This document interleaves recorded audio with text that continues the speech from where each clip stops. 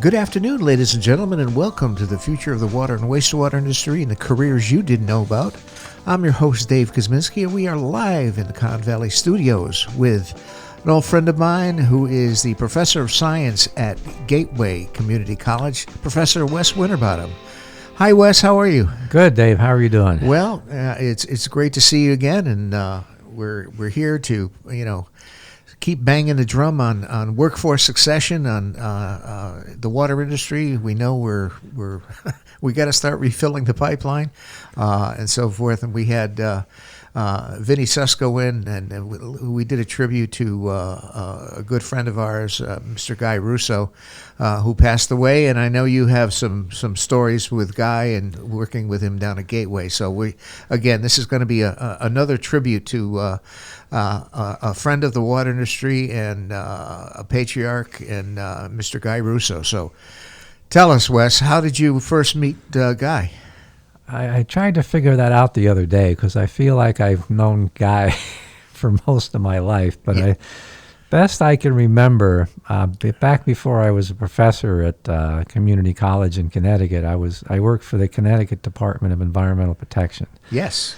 And as I recall, somewhere along the way, during that prior career, I met Guy when he worked for the city of Middletown. Yep. And I do remember that I liked him immediately. And when you're a regulator, sometimes you don't have those feelings about some of the folks that you meet. Understood. And he was always a good person to do business with because he was honest and straightforward and,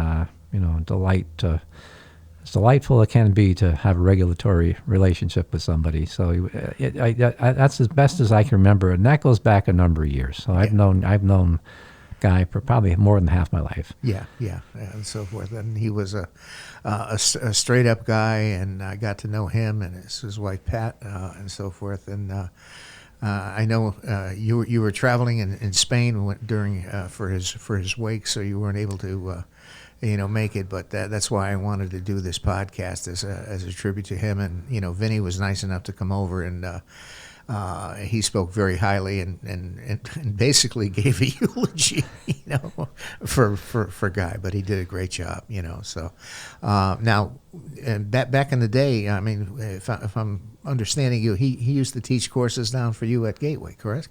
Yeah, when Guy. When he retired from working for Middletown, he worked for a consulting engineer. Yep. And just simultaneously with that, one of the longtime adjuncts that taught in the water management class decided that he was going to do other things. So I had to come up with a new adjunct instructor. Okay. And I immediately thought of Guy because I knew that he'd be a natural instructor, because of his knowledge, but also because of the excellent interpersonal skills that he had. And I knew he'd be able to explain things to students. He'd have patience to explain things. And, it worked out great. I think he taught, it was special topics in water distribution for 4 to 5 years. Okay. And, it was great. Sometimes you can tell when you interview somebody for a part-time teaching position that, this is just going to work really well. And, I knew Guy already pretty well, but even beyond that, when I talked to him about the position, it was quite clear that he had what it takes to be an excellent instructor, and he really was, and he really enjoyed it too. He gave 110% every time. Yes. And all I got was positive feedback from all the students that went through his course. Now, did he keep teaching for you after you guys moved out of Regional's building down there?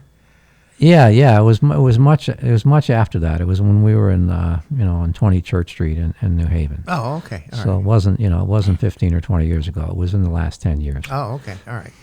Yeah, because you've been over Church Street now for quite a while. Since 2012. So this would be the 13th year that we've been on Church Street. Yeah, time flies.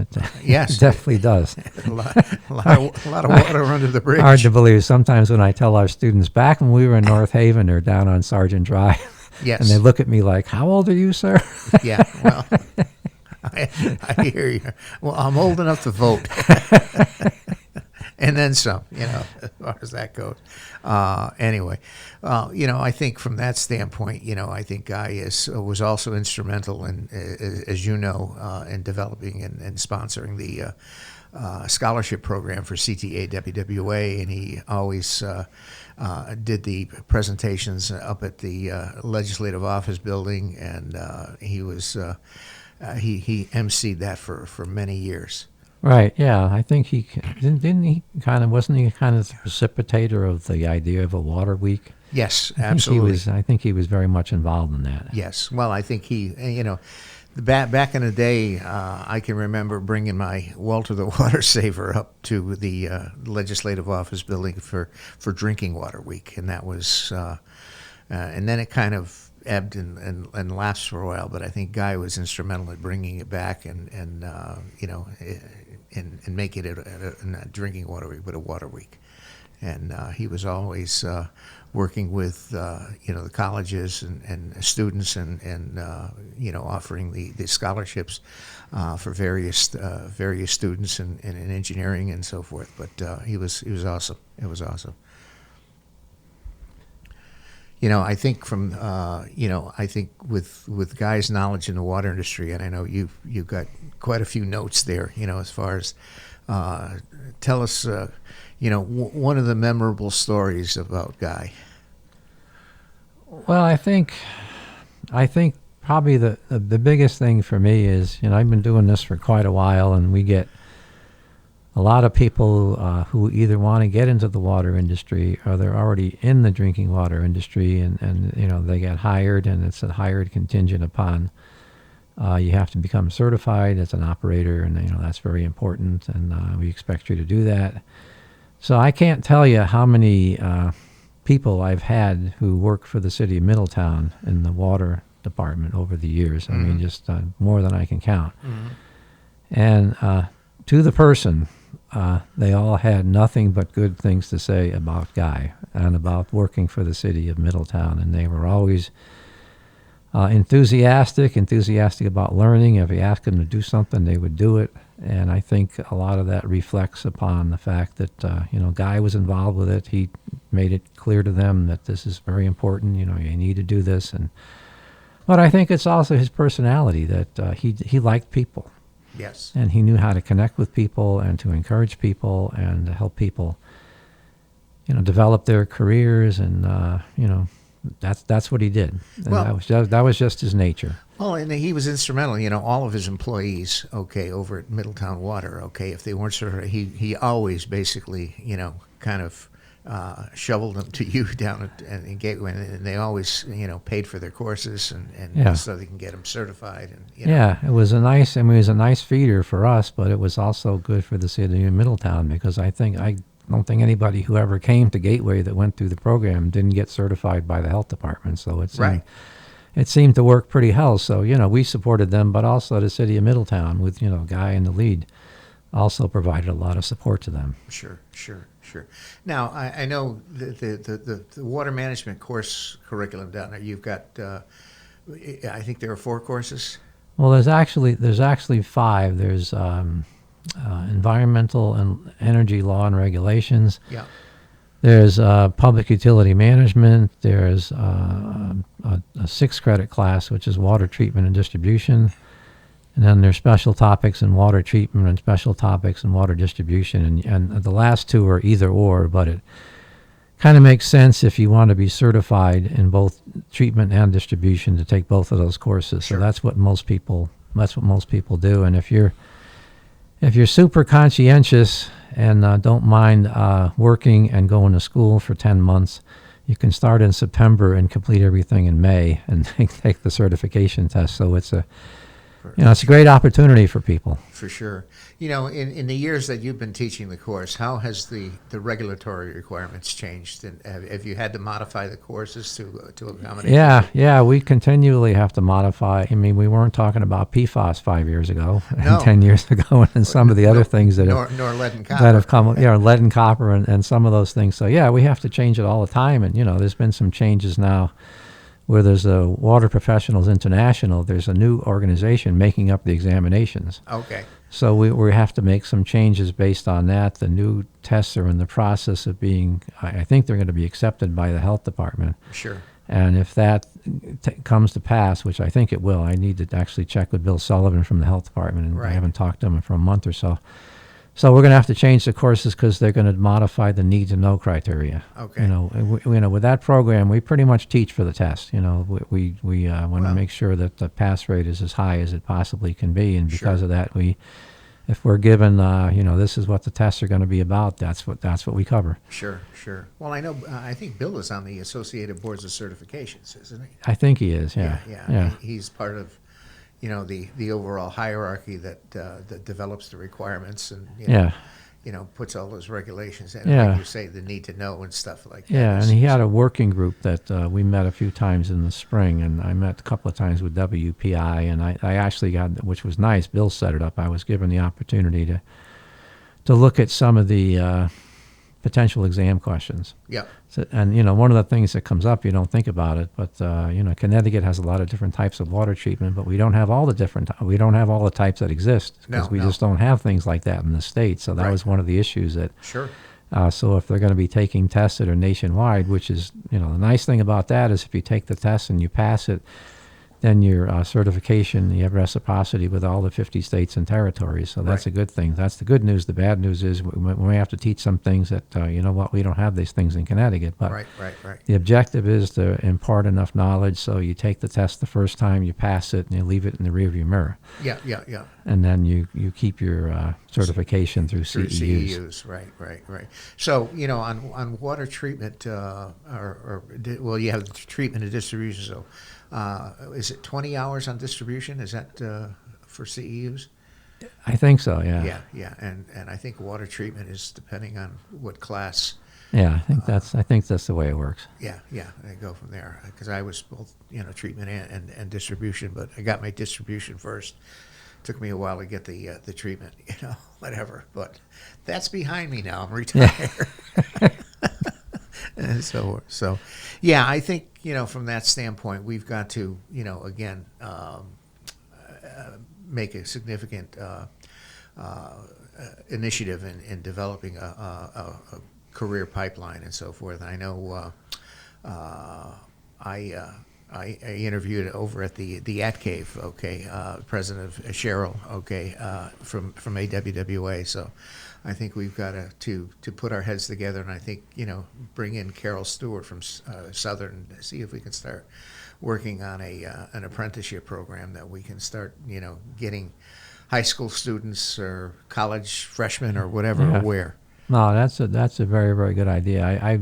We're going through the now that all the community colleges are combined into CT State Community College. I was selected, or the water management program and clean water management programs were selected as the first technology programs to go through the new regime program review process. So I'm right in the midst of that, and so I have the number of students that we graduated over the last 5 years, and it varies between 15 to 20. Yeah. And with graduating 15 to 20 students, that's not enough to meet the demand for the workforce. And actually, it's as I just was doing some work this morning, because we're running 2 courses this fall: the environmental and energy law and regulations, and the water treatment and distribution. For the first time, those classes sold out at the beginning of July. Right. So we have a wait list now, and hopefully we can. I'm not sure with the water treatment and distribution we'll be able to add a second section, but we may do that for the environmental regulations class. Sure. Because we want to make the opportunity available as many people as we can. Yeah. Well, that's one of my objectives. Hopefully, I mean. I used to teach the water and people class at Portland High School, and after I retired, obviously after COVID, that went by the wayside as far as that goes. But I want to try to see if we can get that reinstated. I do the Board of Education podcast for the town of Portland, and there seems to be an appetite to revive that. It's just a matter of getting a teacher, a certified teacher. That was the hang up, as far as that goes. So well, like I tell I don't know how many times I've said this, but it's like, you can come to a community college and take 15 to 18 credits, which is what the water management program is. And if you get hired, and the chances are pretty good that you will get hired, Yeah. and if you're hired, you'll get a very decent salary. Sure. And your employer, more likely than not, will pay for you to get an associate's degree, will Yeah. pay for you to get a bachelor's degree, Yeah. and they'll probably pay for you to get a master's degree. Sure. This is a pretty good deal. Yes, and it's an occupation that you can't outsource. I keep telling my students all the time, it's not something that you can outsource, across the pond. You need boots on the ground to, run the treatment plants, to install the meters, to fix the leaks, and whatever it is, any job necessary that has to be done. But there's a lot goes into, having clean water, opening up your faucet and having clean potable water to come out. A lot of times people take for granted. Yeah, that's for sure. And it's interesting when you teach the classes, you can see the eyes opening with some of the students because a lot of them never really thought of where all the water comes from. Well, yeah. Which is kind of, it's like, not necessarily does it come from a reservoir.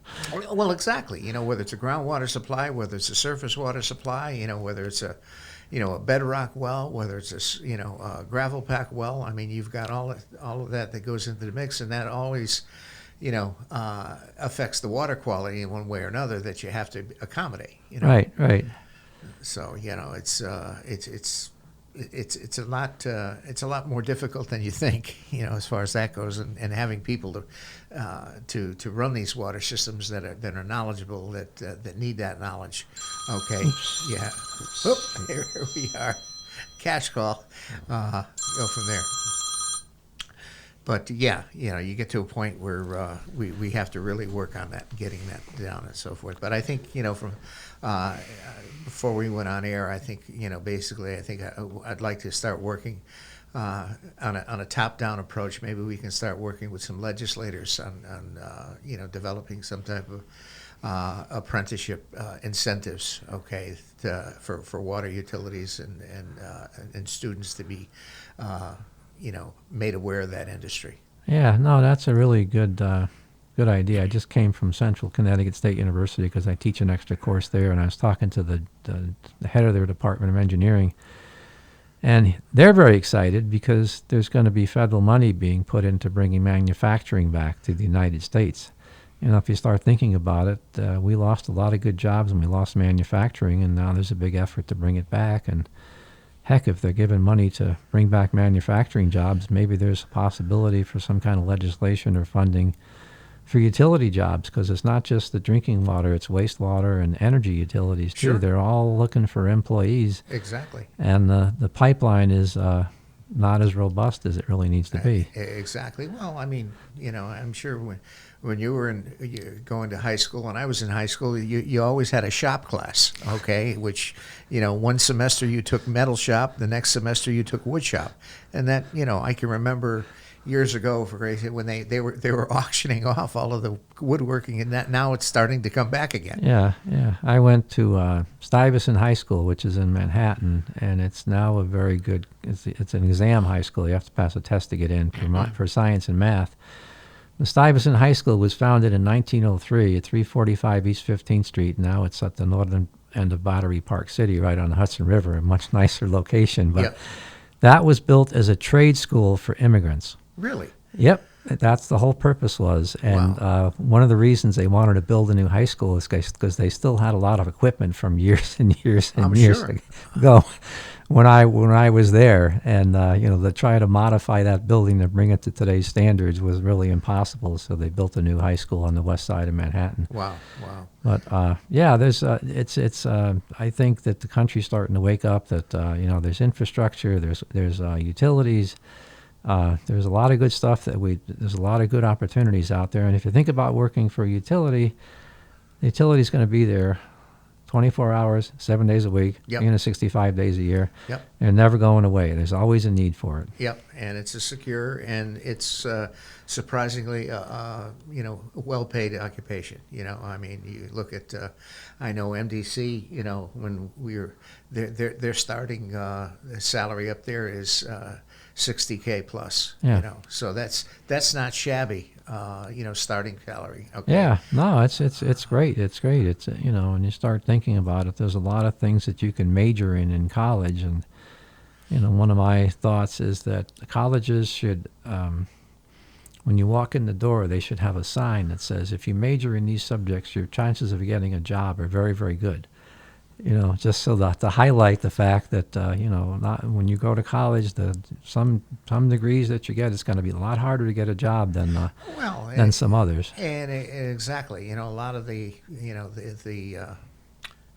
majors and so forth that, you know, I mean, kids, I don't want to say we're brainwashed to go to college, but not every kid is made to go to college. Yeah. You know, and so forth. And you know, a lot of times kids get into, you know, go down the rabbit hole of getting a college education, and they you know, take their core courses, and they get themselves $50,000, $60,000, $70,000 in debt with student loans, and then, you know, you got no job, you know. Yeah, I've got a guy that comes to my house to help me with my computer at home, and he upgraded me to Windows 10, and then I needed to get a new computer because I needed to get upgraded to Windows 11. Oh yeah, 10 is being and all of that stuff, yeah, because 10's being phased out. So I was chatting with him when he was doing that, and he helped me buy a new computer. And I said, "Where'd you go to college?" Never went to college. Yeah. He learned it all on his own. Yeah. And he's got a very thriving business. You know, it's a one man entrepreneur, and he's pretty busy. Well, you know, there's always a need for that. You know, everything. When, you know, when they when I was IT director for the town of Portland, it kept me humble every day. But it was like, you know, you always got a situation where they're upgrading operating systems, and unfortunately, you know, a lot of the software that a lot of the towns and municipalities use were what we call legacy software. It was back in the Windows 8 days or 95 days, and all of a sudden, in order to make a new work on the newer operating systems, you had to do workarounds. So, you know, with the financial programs and, you know, the fixed assets programs and so forth, and it was always a challenge to make things work. You know, so yeah. For sure, understood. Well, that's like the SCADA system that gets used for a lot of the utilities and industry for process control. If you think about it, that was built at a time when cybersecurity wasn't a big deal. No. So there's a lot of band-aids that have been added to SCADA to try and beef up the security. But I keep saying maybe the best thing to do is come up with a whole new control system which is designed from the perspective of cybersecurity is number one. Yeah. Yeah.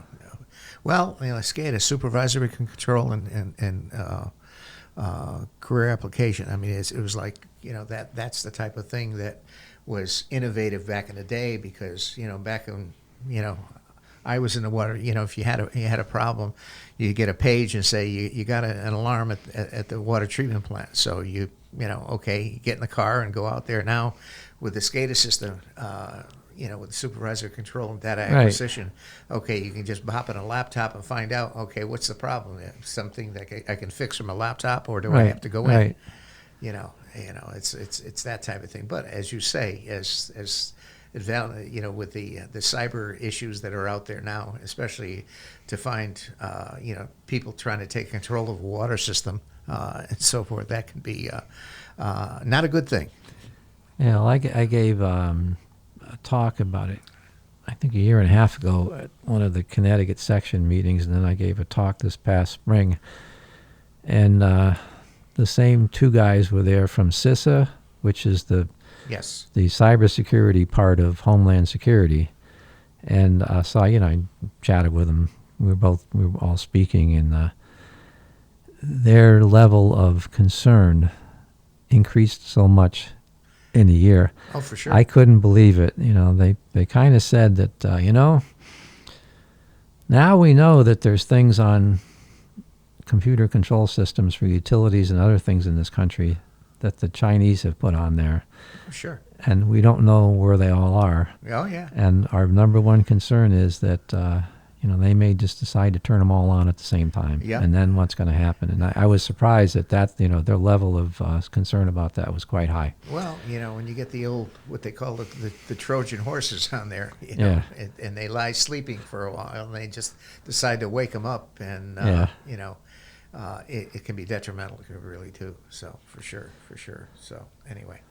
All right. Wes, thank you so much for coming in. I appreciate it. Yeah, I just wanted to share one last thought about Guy, if I could, Dave. Absolutely. So, when I became aware of Guy's illness and that he'd stopped working, I started calling him once a month just to check in and see how he was doing. And, despite dealing with a very significant illness, he was always upbeat about his situation and spoke of things he planned to do after he recovered. And he showed great personal strength that I hope that I will possess if my health ever takes a significant downturn. Right. And I do have a text on my phone from Guy, which he sent to me on June 18th, 2025, that I intend to keep on it in perpetuity, because it reads, your text came at a good time. The doctor has given me weeks to months. I want to thank you for your friendship through the years. Be well, my friend. I'll see you on the other side. That was vintage Guy, always thinking of others. I've had many blessings in my life. Among them has been the good fortune of having Guy Russo in my life for these many years as a personal and professional friend. And I can 100% clearly say I'm a better person because I've had him in my life all those years. I'm very lucky. I think we can all say that. I know you got me all choked up with that. I know Vinny was got to know him very, very well, and was kind of in the same way. He was bringing him to some of his treatments and so forth, and they became very, very good friends and so forth. But and his personal courage. I've seen other people go through that as well. The personal courage that people reach inside to deal with something that they know very well could be fatal is never ceases to make me realize how lucky I am and absolutely how much I admire that they somehow found the strength to do that. Absolutely. And like I said, I'll keep that text on my phone forever. Awesome. All right, ladies and gentlemen, that concludes this episode with Professor Wes Winterbottom as a kind of a eulogy to an old friend of ours from Middletown Water Department and Water and Sewer, Mr. Guy Russo. Guy, you're keeping us in line up there, and to you and Pat, we love you all. Thank you. Ladies and gentlemen, that is all.